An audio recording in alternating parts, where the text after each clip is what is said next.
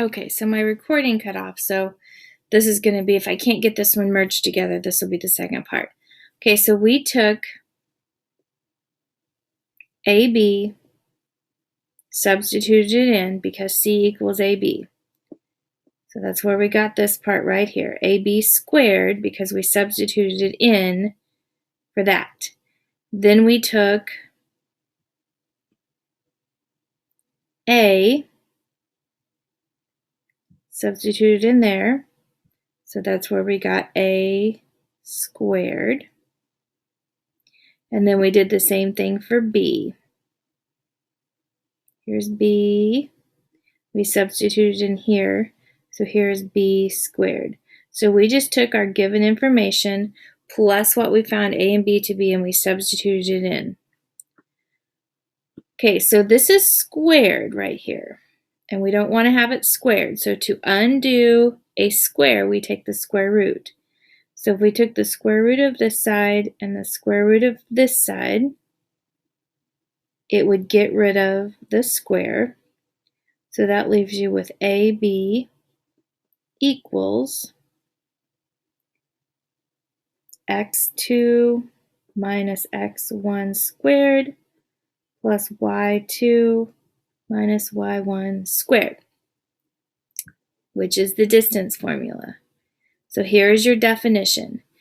If A is x1, y1, and B is x2, y2, just like we saw up here in our picture, and they are points in a coordinate plane, then the distance between A and B is, and it is this formula. I'm going to paste right here and enlarge it a little bit more. Let's see if I can make that square root sign look a little prettier for our notes. Okay, so that is your distance formula. Now sometimes instead of AB, sometimes we use D for distance. It doesn't matter which one you use, it's fine. And we already did the distance formula above, so we kind of did that out of order. And I'm going to skip this example for now, just because for sake of time of the video, we only have 15 minutes, except now that it's in two parts, maybe we would have had time. So we want to find the length of the segment with endpoints at 3, -2 and -4, 1. So I'm going to write out my distance formula again. x2 minus x1 squared plus y2 minus y1 squared. Okay, blow this up for just a second. x1, y1, x2, y2. So distance equals x2 is -4 minus x1 is 3 squared plus y2 is 1 minus a -2. When I do minus a negative, I put the negative that way and make it a positive. Minus a -2, which is +2. And like I said, I just put that whole piece of information into my calculator. And for now, instead of doing reduced radicals, we're going to leave it as a decimal. You had reduced radicals in the last lesson, but I don't know if you had any questions over it.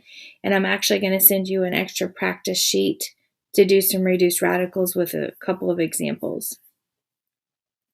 Okay, so the length of AB, the distance is length. Remember that. If they ask for length, they want the distance formula.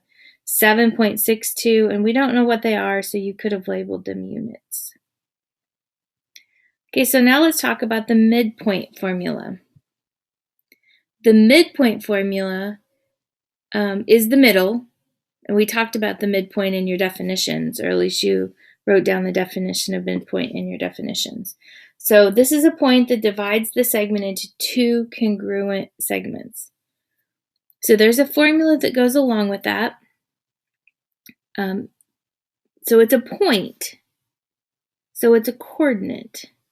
So you're going to have an x value and a y value. So to get the x, you add the two x's together and divide it by 2. And to get the y, you add the two y's together and divide by 2.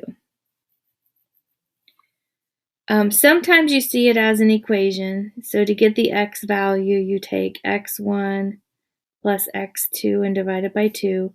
And to get the y value, you take y1 plus y2 and divide it by 2. Those are both saying the exact same thing.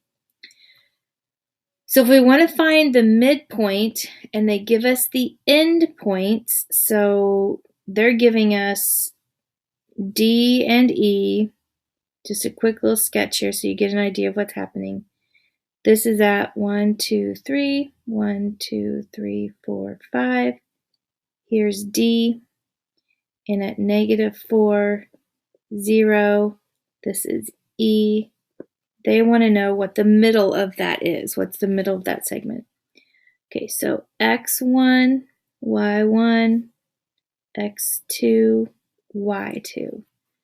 Okay, so our formula, x1 plus x2 over 2, y1 plus y2 over 2.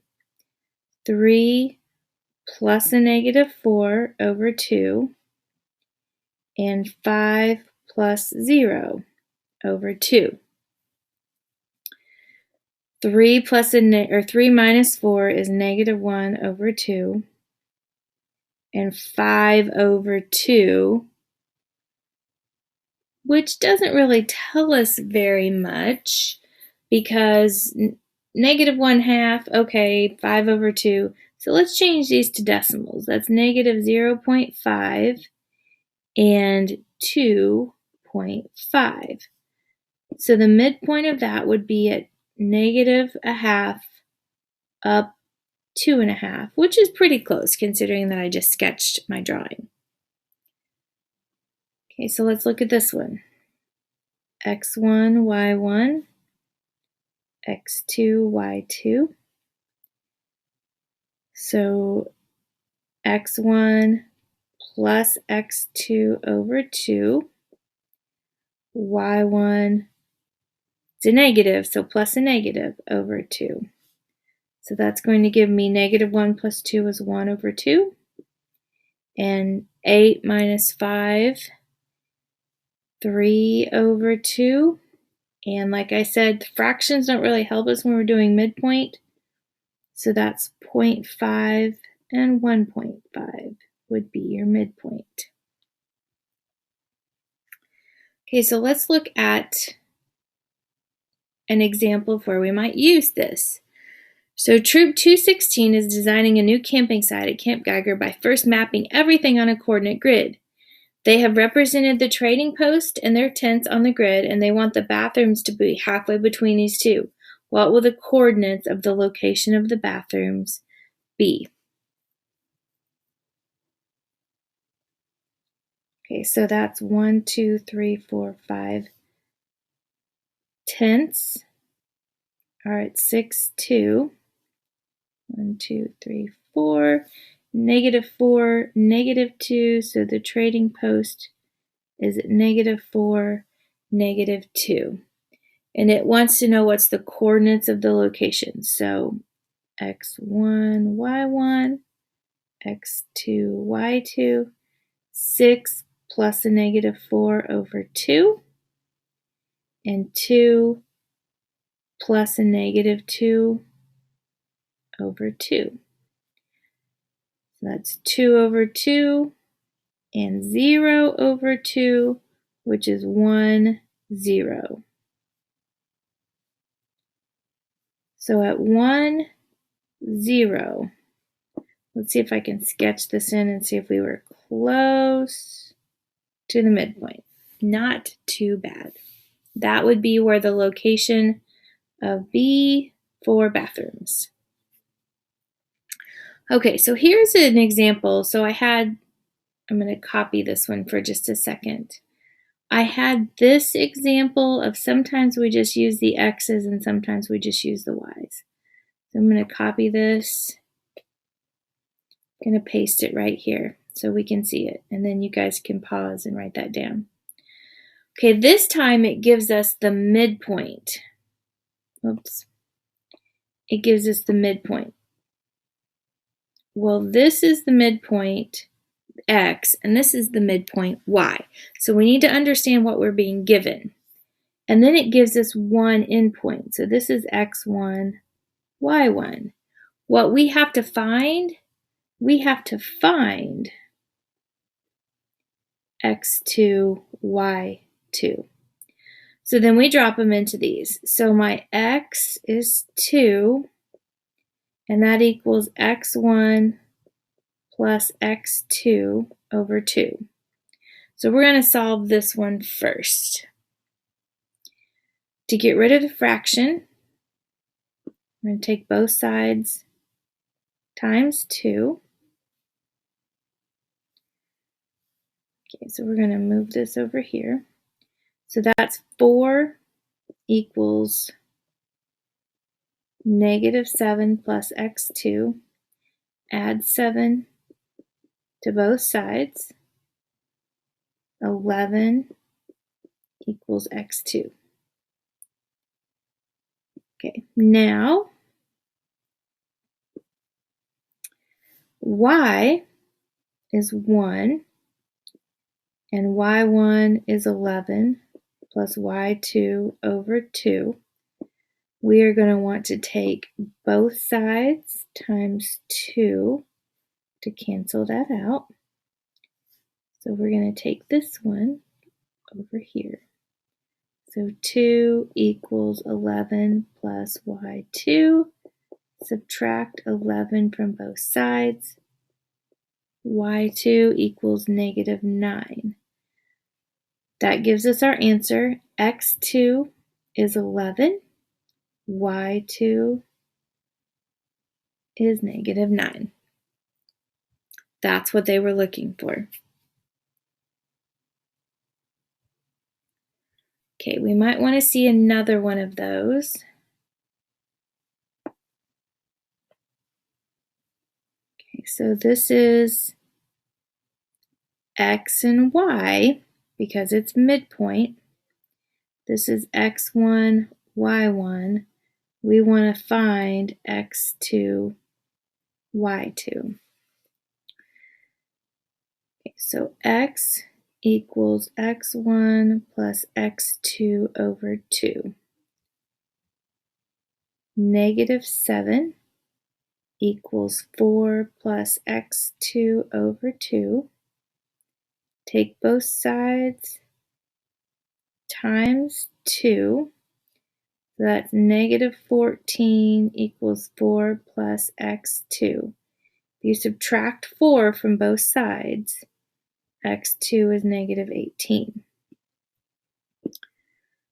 Okay. Y equals y1 plus y2 over 2. So y is 8. y1 is -6 plus x2 over 2. Take both sides times 2. So 16 equals -6 plus x2. And if you add 6 to both sides, you get 22 equals x2. How about somewhere in there I switched from a x to a y. I'm sorry, let's fix that. There we go. Not sure what happened. There. So x is -18, x2 is -18, y2 is 22. Okay, so now this next proof is one that we will use frequently. It might even be one that you have to recreate later, so it's one that you're going to want to study.